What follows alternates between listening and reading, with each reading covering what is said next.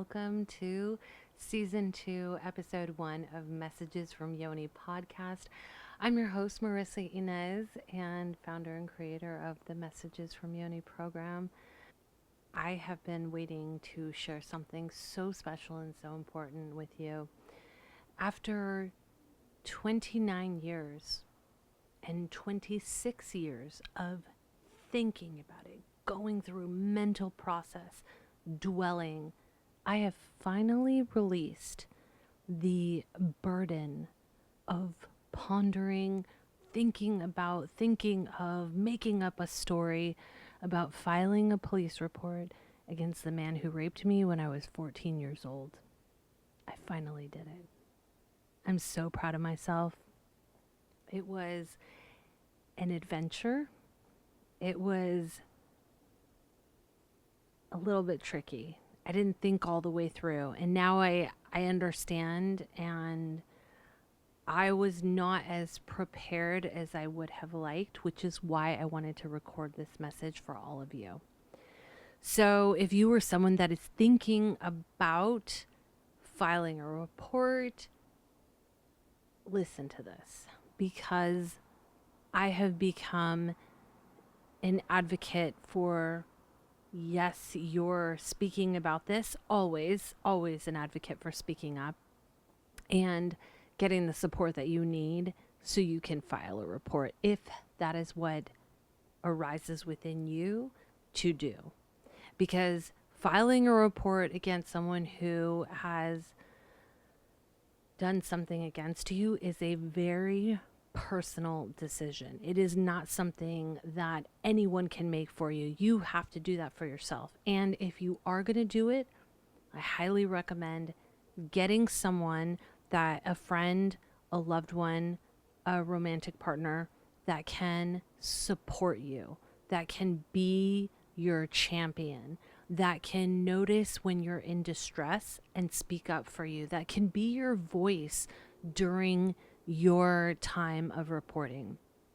So when I went into the office, I decided, and I went in on a Tuesday to the LAPD. I live in California.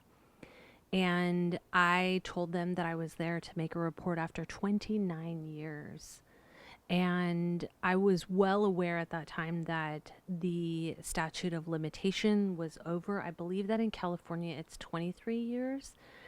And knowing that I was over my time, I was actually fine with that, because I wasn't looking to press a civil charge. I was looking to do this for my peace of mind, because I wasn't sure if another young girl had gone through what I had gone through, and that really started weighing heavily on my mind. So I go in, and it was a very slow day in this precinct, and it was a community police division, so it wasn't where they would be having a lot of foot traffic or calls coming in.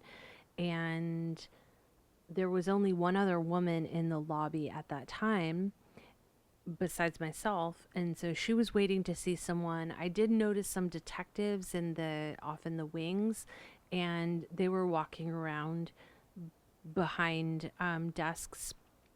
And I signed in.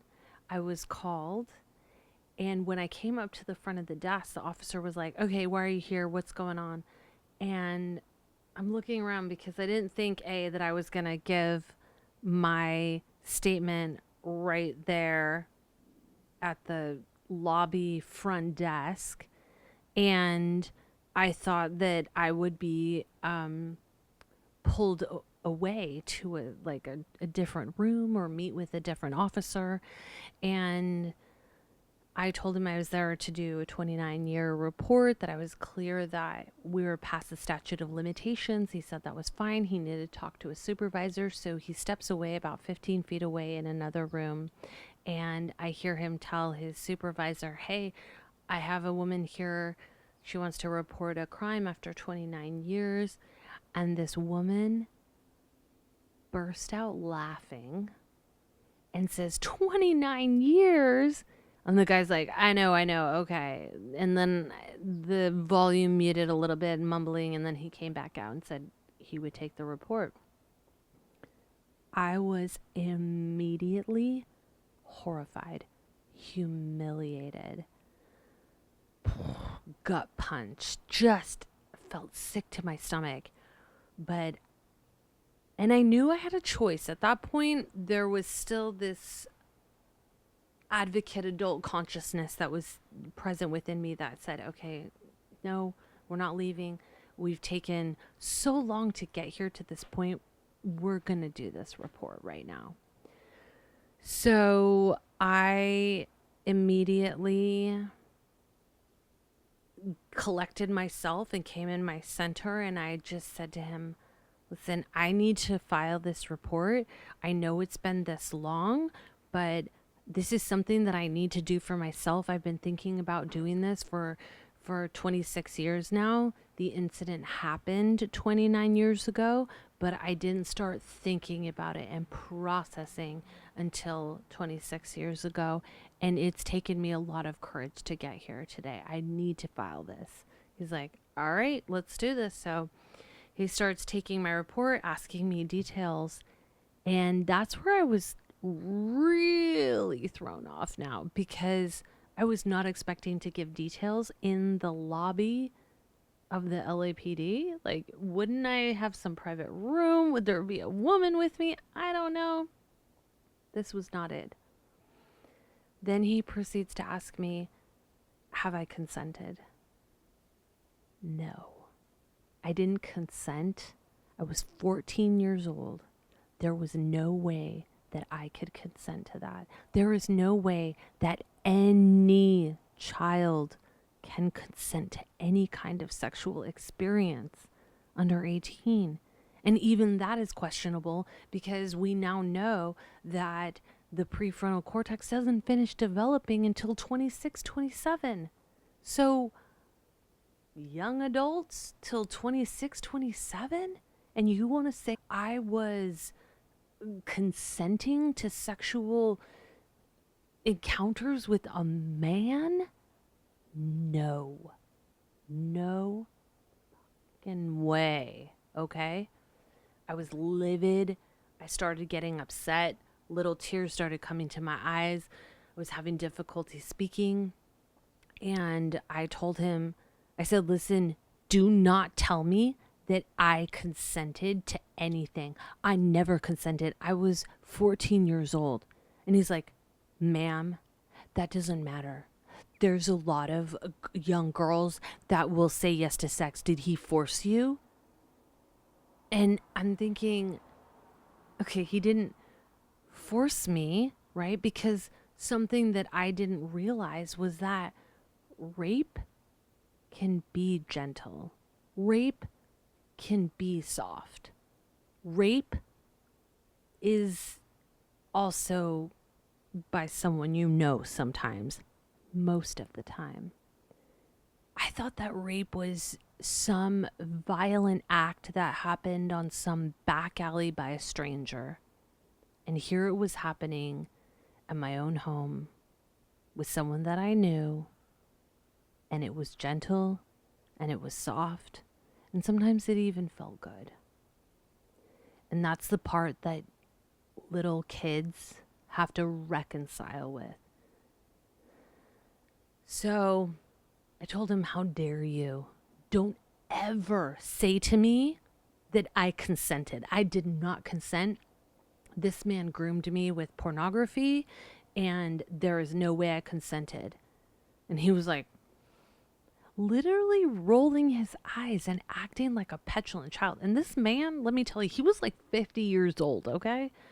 So disappointed in the whole process. So he continues taking my statement. I'm getting more livid. I'm starting to cry because I'm getting frustrated inside that he's trying to make me say that I consented to this happening. And there was no way I was going to let this man get those words out of my mouth, because I did not consent. So I end up telling him, like getting mad, standing up for myself and telling him, don't ever say that, which then causes him to go on the defense. And he's like, ma'am, I'm just doing my job. I'm the only person here at this desk and da da da da. And just attitude. And I'm getting more and more upset. So I finish giving my statement. I get my case number and I walk out of there. And I thought to myself, you know what? Fuck that. No. Turn around, Marissa Inez. You go in there and you tell him that you did not appreciate him telling you, that you consented to this happening, that was inappropriate, that you don't appreciate him being rude to you like that.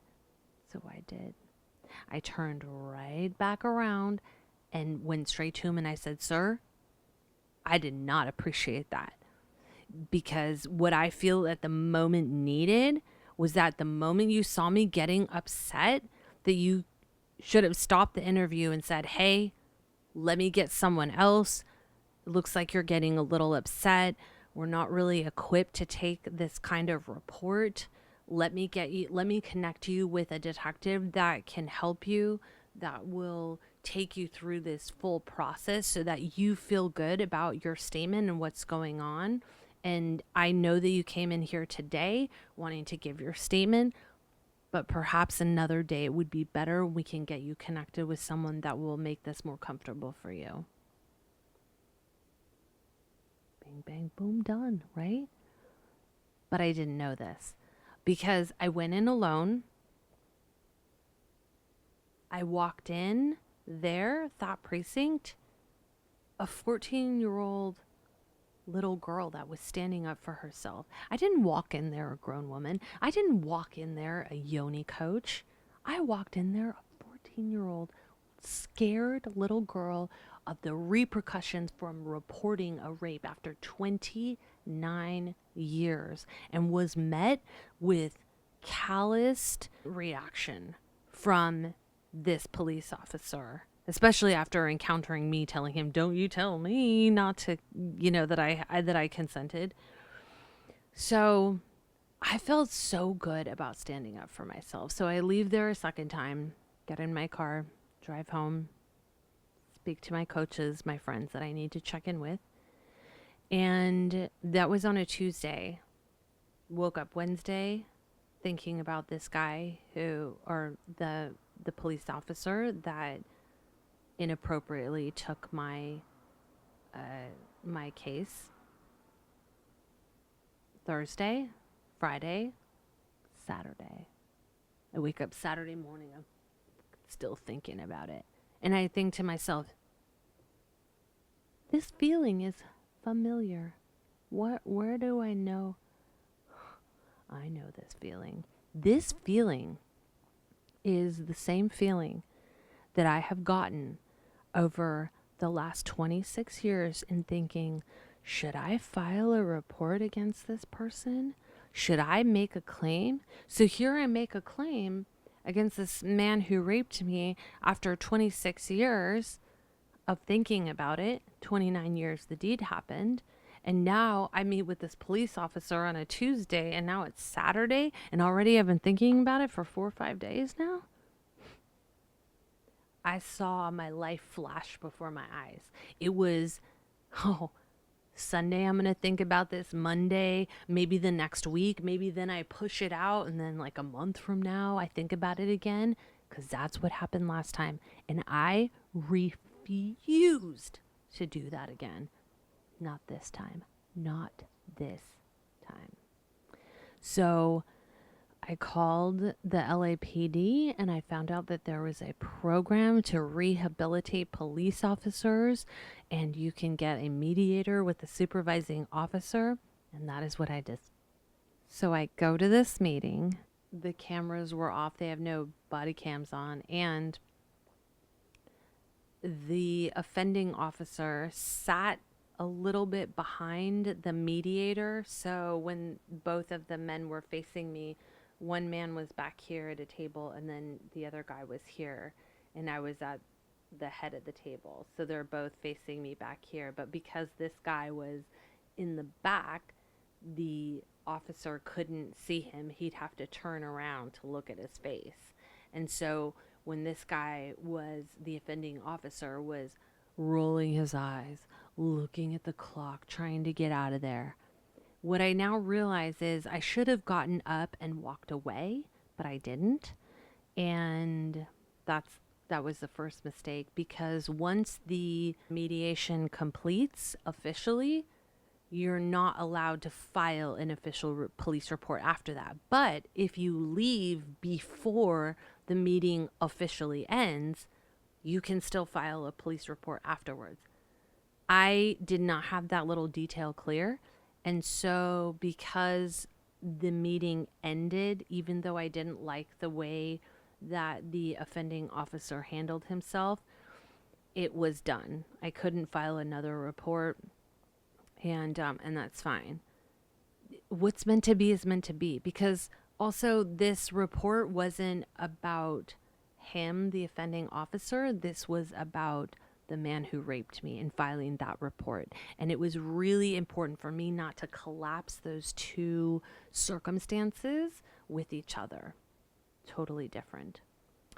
So during the mediation, yes, rolling eyes, looking at the clock, also not able to take responsibility. He wasn't even able to say, I'm really sorry. I've thought about this. This was not okay. So I clean it up. I say my piece, and really my piece is about consent. The consent that anyone under 18 cannot give officially. A child cannot give consent to any sexual activity whatsoever. So in the end, I did not find the mediation useful for the offending officer. I don't believe that he learned anything from it. I do now know that I'm an advocate for ending that mediation sooner. If you're not getting what you want out of the meeting, then just stop it, end it, so you can file a report later. And the other piece is definitely bringing someone that can help advocate for you. I wish that I would have done that. In retrospect, I didn't think that I needed to, especially after 26 years of pondering this. I thought, I'm good, right? So when I went in for that mediation, I walked in there, a Mars Venus Yoni coach, and I told the officer, I said, listen, I'm walking in here, a powerful woman now, to have this meeting. But the other day I walked in here a scared 14-year-old little girl that was trying to speak up for herself and stand up for herself. And that's what we need to shift in this world right now. We need for grown men and law enforcement to understand that 18 and under do not touch. Kids cannot advocate for themselves. Children cannot sexually speak up for themselves. And I am so thankful for all the coaches, all the friends, all the love and support that I have gotten through this journey especially these last few months of deciding to do this. And I'm so excited that I did, because it feels done. I feel even more ready to go. I'm sure people are going to start seeing me post more on Facebook and YouTube and IG and all this stuff. Why? Because of this sense of freedom, that I'm no longer locked into this fear contract that I was of not taking this stand for myself with law enforcement. And now that I did, shackles released. And with that, thank you so much for listening. I love you so much. And I hope you have a wonderful, wonderful rest of your day. And we will connect soon.